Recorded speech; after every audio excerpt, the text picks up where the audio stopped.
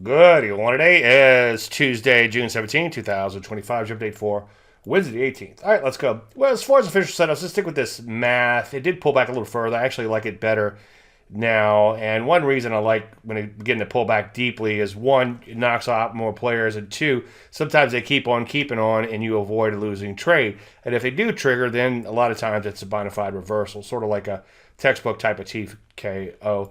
Flatsville in the portfolio, I did notice a dividend hit, and when I looked it up, it was a whopping 5 cents, but hey, better than the poke in the eye.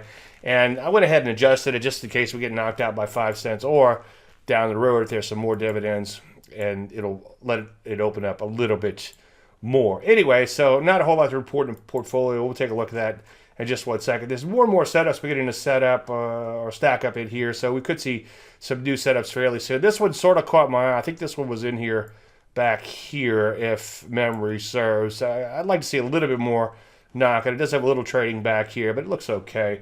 Anyway, as far as official setups, let's stick with the MATH. Again, when they have a big knockout move followed by another sell-off like this, if they keep on keeping on, then obviously no capital gets put into harm's way. And if they come back, not usually, but often it's the mother of all reversals.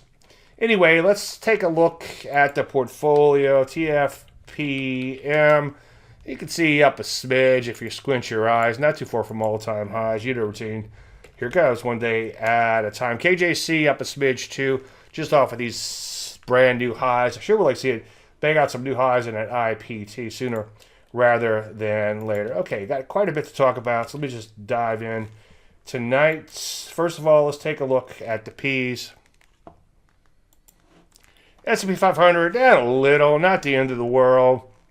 It is losing a little steam, though, on a net basis. That's one thing that has me a little concerned, and that's when you need to pay attention. So it's lost a little steam over the last several weeks, and the further we get below this overhead supply, the more concerned that is. You know me, I like to see it break out and not look back for a while. As you know, people are likely looking to get out at break even, and I see it all the time as kind of a man on the street type of observation.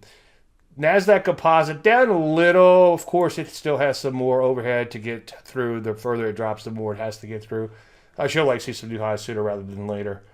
There, let's take a look at the Rusty 2000, about what you'd expect. Down 1% today, and this action puts it back below its recent little breakout. So that's a bit of a bummer, and that also has it stalling below tons and tons of overhead supply. EFA shares, so far they're just pulling back, but they're pulling back with some seriousness to them, so we'll have to see what happens. But they have lost a little steam as of late, even before that pullback, even though they're banging out new highs.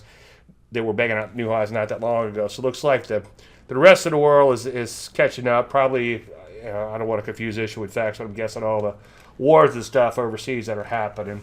Anyway, let's take a look at gold. Speaking of wars and stuff, up a smidge if you squint your eyes. Really nothing to discuss there, but just off of all-time highs. Take a look at gold. The stocks, as you can see, down a little today, are Flatsville. Again, you have to squint your eyes, but just off of these brand new highs. So far, so good. There has been saying quite a bit. Robotics below lots of overhead supply. Quite a few other areas still below quite a bit of overhead supply. Bitcoin getting whacked fairly hard here. Now it's becoming a bit of a consolidation. So it was a nice uptrend. Now it's consolidating, and I sure like to see it break out to new highs and not look back for a while. So that's a little bit of a concern there. Cyber computing, or cybersecurity, I should say, Flatsville, it just barely got past its prior peak, and so far it hasn't done anything since then. Ideally, you know the routine, I'd like to see some follow through. Transports, we'll talk about that one first. Transports, lots and lots of overhead supply getting whacked right at these multi-week lows, so that's certainly not a good thing. We'll take a look at defense now. Defense, so far just pulling back a bit, a little bit of a bounce today. It could actually use a little bit more pullback, but looking pretty good so far. So we could see some setups there fairly soon.